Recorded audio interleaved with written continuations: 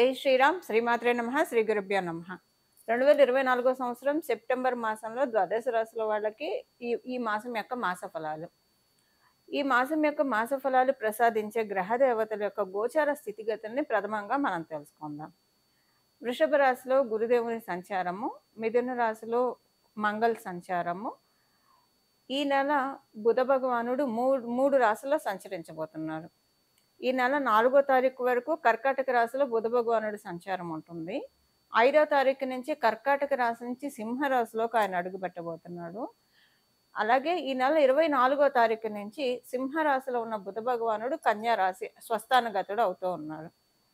సూర్యనారాయణమూర్తి స్వక్షేత్రమైన సింహరాశిలో సంచారం సాగిస్తూ ఉన్నారు ఈ నెల 16వ తారీఖు వరకు. అంటే మొదటి తారీఖు ఫస్ట్ నుంచి 16వ తారీఖు వరకు కూడా ఆయన సింహరాశిలో ఉంటాడు. 17వ తారీఖు నుంచి సింహరాశిలోంచి కన్యా రాశిలోకి ఆయన అడుగు పెడతాడు. శుక్ర భగవానుడు మరి కేతుదేవునితోటి కూడి కన్యా రాశిలో సంచారం చేస్తూ ఉన్నారు. ఈ నెల 19వ తారీఖు నుంచి ఆయన కన్యా రాశి నుంచి విడివడి ఆయన స్వక్షేత్రమైన తులారాశిలోకి వచ్చి స్వస్థానగతుడు అవుతూ ఉన్నాడు. స్వక్షేత్రమైన కుంభరాశిలో శనీశ్వరుడు వక్రించిన శనీశ్వరుడు సంచారం జరుగుతూ ఉంది. మీన రాశిలో రాహుదేవుని సంచారం జరుగుతూ ఉంది. ఈ గోచార గ్రహాలు ఈ గోచారంలో గ్రహ దేవతలు ఈ స్థానాల్లో ఉన్నాయి. ఈ మాసంలో ఉన్న ప్రత్యేక అంశం ఏంటంటే బుధ భగవానుడు 3 రాశుల్లో సంచారం చేస్తూ ఉన్నారు. కర్కాటక రాశి, సింహరాశి మరియు కన్యా రాశి. ఈ 3 రాశుల్లో అంటే 3 రాశుల యొక్క ఎనర్జీస్ని ఆయన క్యారీ చేస్తూ ఉన్నారు ద్వాదశ రాశుల వాళ్ళకి, అలాగే ద్వాదశ లగ్నాల వాళ్ళకి. ఏం ఎనర్జీస్ క్యారీ చేస్తూ ఉన్నారు? ద్వాదశ రాశుల వాళ్ళకి ఈ ఎనర్జీస్ పాజిటివ్గా ఉంటాయా, నెగిటివ్గా ఉంటాయా, ఈ తదితర విషయాలన్నీ కూడా ఇప్పుడు మనం ఒకసారి కూలంకుషంగా మాట్లాడుకుందాము. దానికంటే ముందుగా ఈ నెల 2 గ్రహాలు స్వస్థానం అంటే ఈ నెల 3 గ్రహాలు స్వస్థానంలో 4 గ్రహాలు స్వస్థానంలో ఉన్నాయి. అది ఎలానో నేను మీకు ఇప్పుడు చెప్తాను. కుంభరాశిలో శనీశ్వరుడు ఆల్రెడీ ఎప్పటి నుంచో స్వస్థానగతుడయ్యే ఉన్నారు.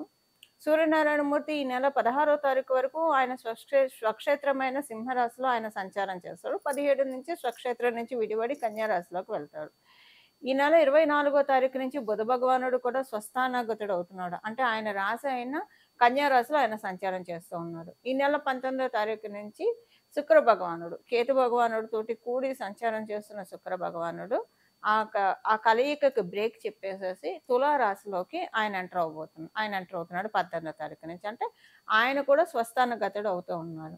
ఈ నెల అంటే గోచారంలో 4 గ్రహాలు స్వస్థానంలో ఉంటున్నాయి. అంటే మధ్య మధ్యలో స్వస్థానంలో ఉంటున్నాయి. నెలంతా కూడా లేకపోయినా నెలంతా స్వస్థానంలో ఉన్నదైతే శనైశ్వరుడు వక్రించి ఉన్నా కూడా ఆయన మకర రాశి వైపే కాబట్టి ఆయన ఒక్కడే స్వక్షేత్రగతుడు, నెలంతా స్వక్షేత్రగతుడైనది. మిగతా గ్రహాలు రవి, బుధ మరియు శుక్రులు వీళ్ళు మధ్యలో స్వస్థానగతులు అవుతున్నారు. స్వస్థానం నుంచి వేరే రాశిలోకి వెళ్తూ ఉన్నారు. అయితే ఈ మాసంలో ఉన్న ప్రత్యేక అంశం ఏంటంటే మనకి ఈ మాసం చివరన కన్యా రాశిలో రవి బుధులు అంటే కన్యా రాశిలోకి సూర్యనారాయణమూర్తి 17వ తారీఖు నుంచి వచ్చేసిన బుధ భగవానుడు 24వ తారీఖు నుంచి ఈ రాశిలోకి వస్తున్నారు కాబట్టి ఇది బుధాదిత్య యోగం అని చెప్పాలి. బుధాదిత్య యోగము ద్వాదశ రాశుల వాళ్ళకి, ద్వాదశ లగ్నాల వాళ్ళకి అప్లికేబిలిటీ ఉంటుంది. ఎప్పుడైనా ఈ బుధాదిత్య యోగము కన్యా రాశిలో చాలా పవర్ఫుల్గా ఉంటుంది.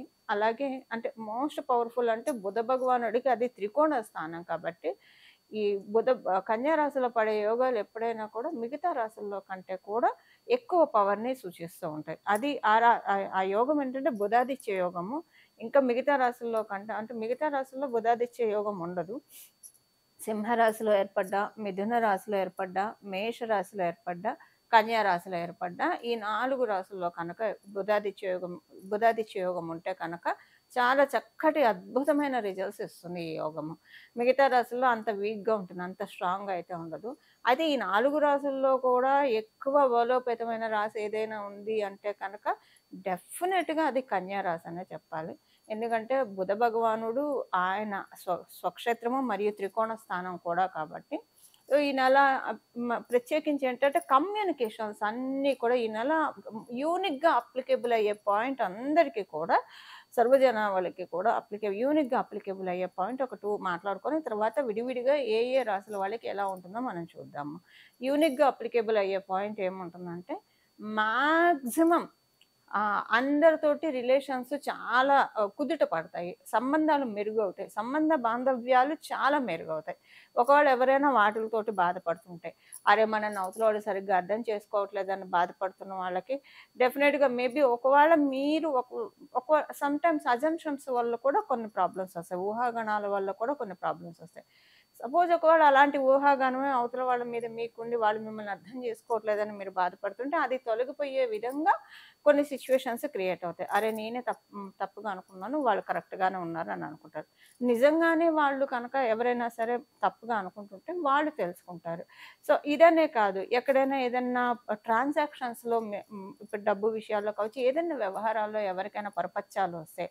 అవన్నీ సెటరేట్ అవుతాయి. ఒక్క మాటలో చెప్పాలంటే అందరి మనసుల్లో ఉన్న పొరపచ్చాలన్నీ కూడా మాక్సిమం కట్ డౌన్ అవుతాయి. ఎప్పుడు కూడా ఇది కలియుగంలో మనం ఉన్నాం. ఏది 100% అయితే సాల్వ్ అయ్యే ప్రాబ్లమ్ ఉండదు.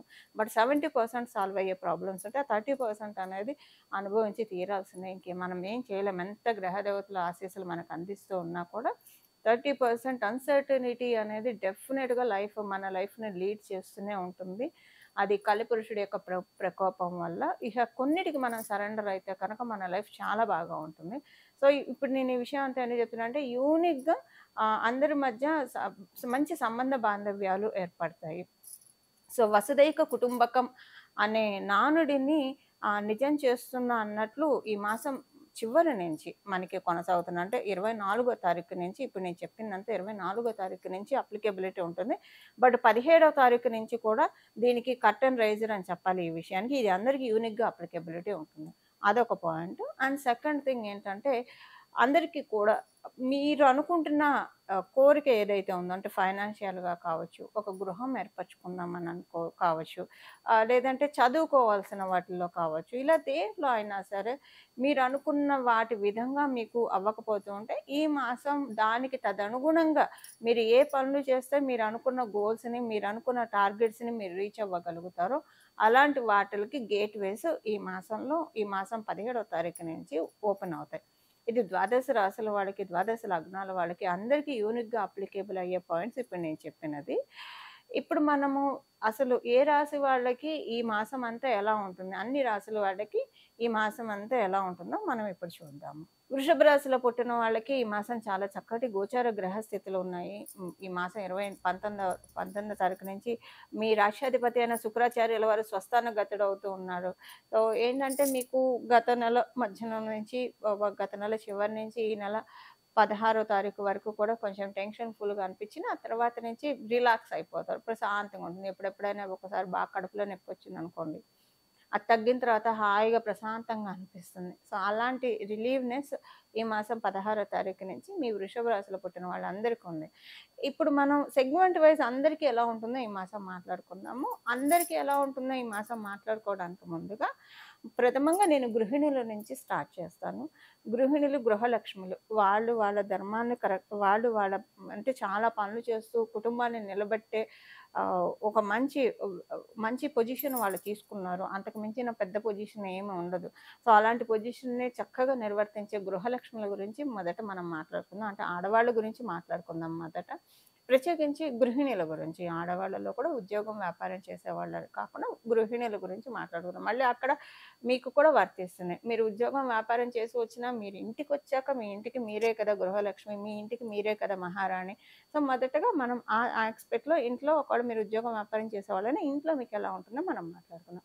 గృహిణులకి ఈ మాసం అంతా కూడా చాలా చక్కటి శుభ సమయము.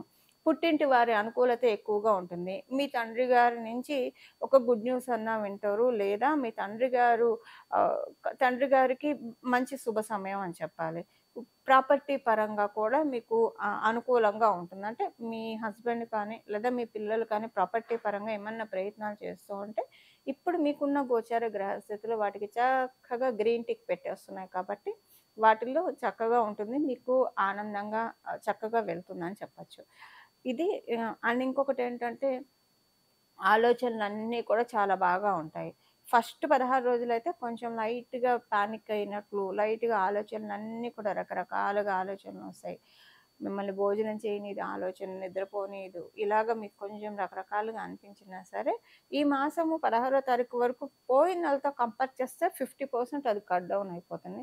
ఈ మాసం 16వ తారీఖు నుంచి కంప్లీట్‌గా అది కట్ డౌన్ అయిపోయి ప్రశాంతంగా ఉండే విధంగా మీకుంటుంది. ఇది గృహిణులకి ఈ మాసంలో ఉన్న ఫలితాలు. ఇక మనం సెగ్మెంట్ వైస్ చెప్పుకుందాం. మొదటగా మనం ఉద్యోగస్తుల గురించి మాట్లాడుకుందాం. ఉద్యోగస్తులందరికీ కూడా ఈ మాసము అనుకూలమైన ఫలితాలని సూచిస్తూ ఉన్నాయి. కాకపోతే ఉద్యోగస్తులకి ఎంత అనుకూలంగా ఉన్నా సరే, మీ క్రెడిట్ అవతలోళ్ళు లాక్కోవాలని ప్రయత్నిస్తారు. అంతర్గత శత్రువులతోటి బాగా పోరాడతారు. గత 2 నెలలుగా ఇదే జరుగుతూ ఉంది. వృషభ రాశిలో పుట్టిన ఉద్యోగస్తులందరికీ కూడా లింగ భేదం లేకుండా, వయోభేదం లేకుండా ఈ మాసము కూడా కొంత అదే కంటిన్యూ అవుతుంది. కాకపోతే కొంచెం 16వ తారీఖు నుంచి కొంత ఊరటైతే వస్తుంది. కానీ పూర్తిగా రాదు.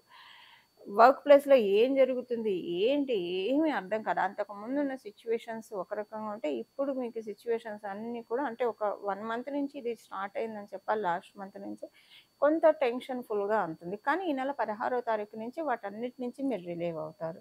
ఆహ్, చాలా ప్రశ్నలు మీలో మీకు పుడుతూ ఉంటాయి. ఏంటిది? ఇక్కడ చేయడం, ఇక్కడ వర్క్ చేయడం కరెక్టా? వేరేది చూసుకోవాలా? వేరే దానికెళ్ళినా ఇలానే ఉంటుందా? ఏం అర్థం కాదు. అందరితో ఉంటూనే ఉన్నట్లుంటారు. అంతా బానే ఉన్నట్లుంటుంది.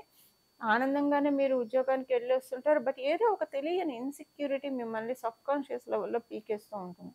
అక్కడ మీకు అంటే బ్యాక్ ద స్క్రీన్ జరిగే కొన్ని విషయాలు మీకు మీరుగా అంచనా వేయడం వల్ల కావచ్చు, లేదా ఎవరైనా మీకు చెప్పడం వల్ల కావచ్చు, ఇలా అనిపిస్తూ ఉంటుంది.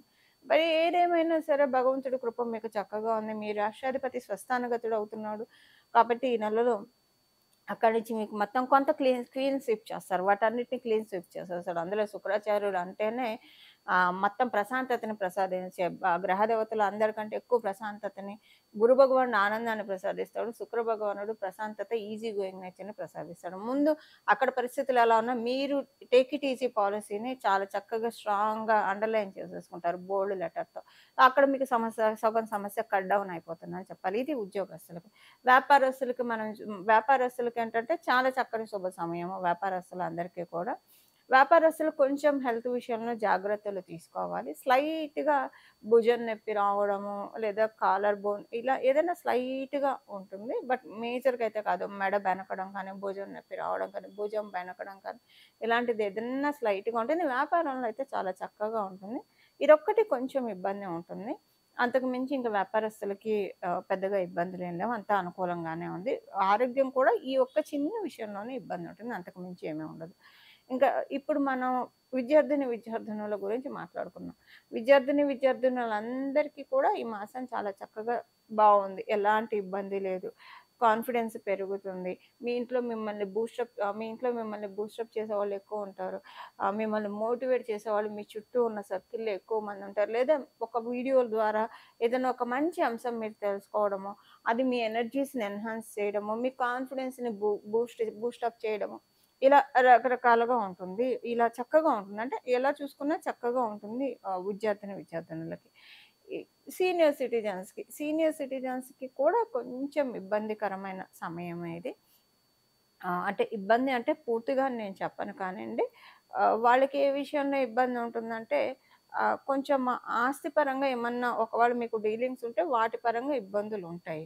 ఒకవేళ మాకు ఆస్తిపరంగా అసలు డీలింగ్స్ ఏం లేవు అంతా మామూలుగా ఉంది అనుకుంటే ఈ పాయింట్‌ని మీరు ఇగ్నోర్ చేయండి. సీనియర్ సిటిజన్స్‌కి ఎలాంటి ఇబ్బంది లేదు. ఒకవేళ ఆస్తి ప్రాపర్టీస్ ఏమన్నా లావాదేవీలు జరుగుతూ ఉంటే దాని పరంగా కొంత ప్రతికూలతలు ఈ సమయంలో ఎదుర్కొంటారు. ఒకవేళ మీరు సీనియర్ సిటిజన్స్ అయ్యి మీరు ఆస్తి ఏమన్నా అమ్మకానికి పెట్టాలన్నా ఇప్పుడు అంత మంచి శుభ సమయం అయితే కాదు. మీ జన్మ జాతకాన్ని ఒక్కసారి పరిశీలించుకొని గోచార రీత్యా అయితే శుభ సమయం కాదు. మీ జన్మ జాతకం స్ట్రాంగ్‌గా ఏం ప్రాబ్లమ్ లేదని దీన్ని ఇండికేట్ చేస్తుంటే అప్పుడు మీకు ఒకసారి మీరు పరిశీలించుకొని మీరు ప్రొసీడ్ అవ్వచ్చు. ఇదొక్క విషయంలో తప్పించి సీనియర్ సిటిజన్స్‌కి ఆరోగ్యపరంగా బావుంది. అన్ని విషయాల్లో బాగా ఉంది. ఇది ఈ మాసం యొక్క రాశి ఫలితాలు వృషభ రాశి వాళ్ళకి. ఈ మాసం చేసుకోవాల్సిన పరిహారం వచ్చేసేసి బుధాదిత్య యోగం కన్యా రాశిలో మనకి జరుగుతూ ఉంది. అందులో మనకి ఈ నెల 19వ తారీఖు నుంచి శుక్ర భగవానుడు కూడా స్వస్థాన గతుడు అవుతూ ఉన్నాడు తులా రాశికెళ్ళి. ఆ రాశిలో ఆయన చాలా కంఫర్టబుల్‌గా ఉంటాడు. వృషభ, తులా రాశులు, మకర, కుంభ రాశుల్లో ఆయన డెఫినిట్‌గా కంఫర్టబుల్‌గా ఫీల్ అవుతాడు. ప్రత్యేకించి తులా రాశి కళత్రకారకుడైన శుక్ర భగవానుడు కళత్ర స్థానాల్లో చాలా బాగా ఉంటాడు. కళత్రం అంటే కళ్యాణం, స్పౌస్ అనమాట. ఆడవాళ్ళైతే మగవాళ్ళు కళత్రం అంటారనమాట. కళ్యాణం అనమాట. కళ్యాణ కారకుడు, కళత్ర కారకుడు, స్పౌస్ అని చెప్పాలి. సో, కళత్ర స్థానం మనకి సహజ కాలపురుషుడి కుండలిలో కళత్ర స్థానం చాలా బలంగా ఉంది. సో, శుక్ర భగవానుడు తులారాశిలో చాలా యాక్టివ్‌గా ఉంటాడు. అయితే ఇప్పుడు మనం బుధాదిత్య యోగము, అలాగే సప్తమ స్థానంలో శుక్రాచార్యుల వారి సంచారము. ఇది ఒక రకంగా మనం తెలుసుకోవాలంటే పంచమహాపురుష యోగాల్లో ఒకటైన మాలవ్య మహాపురుష యోగానికి కూడా ఇది కర్టెన్ రైజర్ అవుతుంది.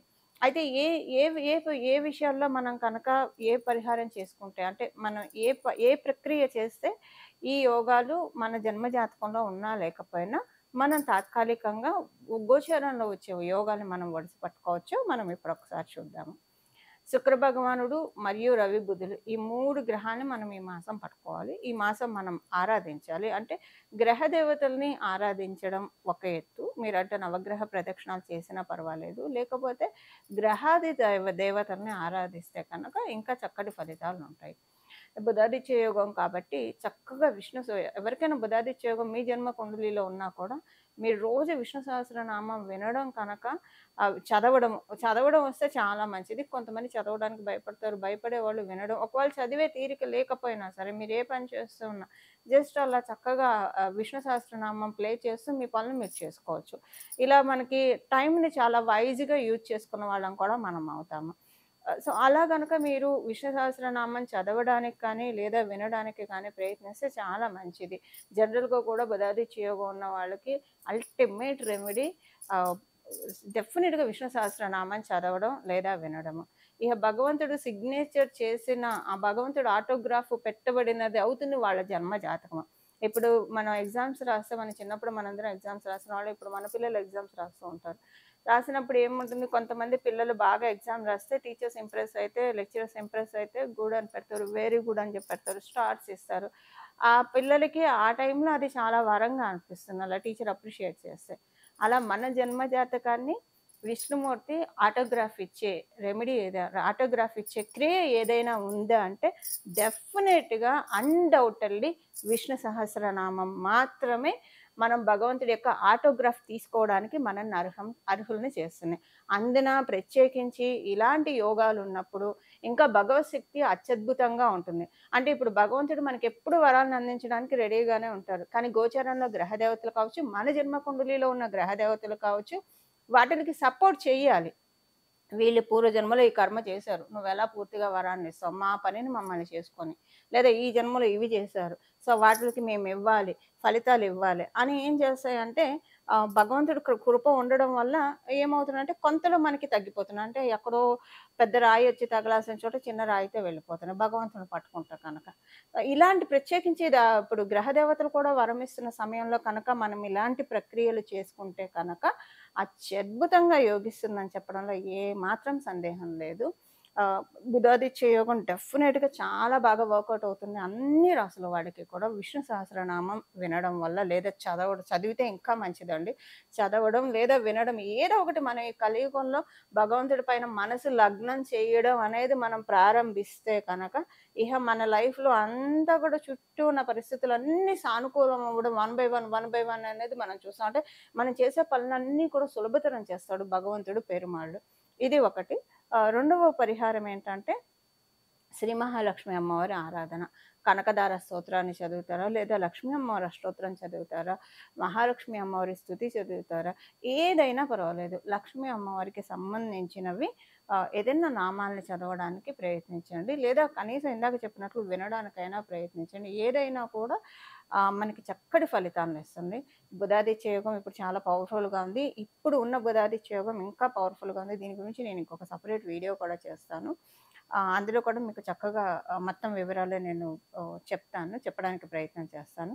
ప్రస్తుతానికైతే ఈ మాసము విష్ణు సహస్రనామం చదవడము, అలాగే మరి అయ్యవారిని పూజించినప్పుడు అయ్యవారి వక్షస్థలంలో ఉన్న అమ్మవారిని కూడా మనం పూజించాలి కదా! అలా శ్రీ మహాలక్ష్మి అమ్మవారి సహస్రనామం చదవడం కానీ, వినడం కానీ, లేకపోతే మహాలక్ష్మి అమ్మవారికి సంబంధించిన ఏదైనా స్తుతి చేయడం వల్ల మనకి చాలా చక్కటి శుభ ఫలితాలొస్తాయి. ఈ విధంగా మనం అందరం కూడా భగవంతుడిచ్చిన ఈ కాలాన్ని చక్కగా సద్వినియోగం చేసుకుంటూ నిత్య దైనందిన జీవితంలో మన కర్తవ్యాల్ని, మన బాధ్యతల్ని మనం నిర్వర్తిస్తూ భగవంతుడి యొక్క పాదాలని మనం పట్టుకుందాము. మనందరం కూడా జీవన్ముక్తులం అవ్వడానికి ప్రయత్నిద్దాం. మంగళం. నమో భగవతే వాసుదేవాయ.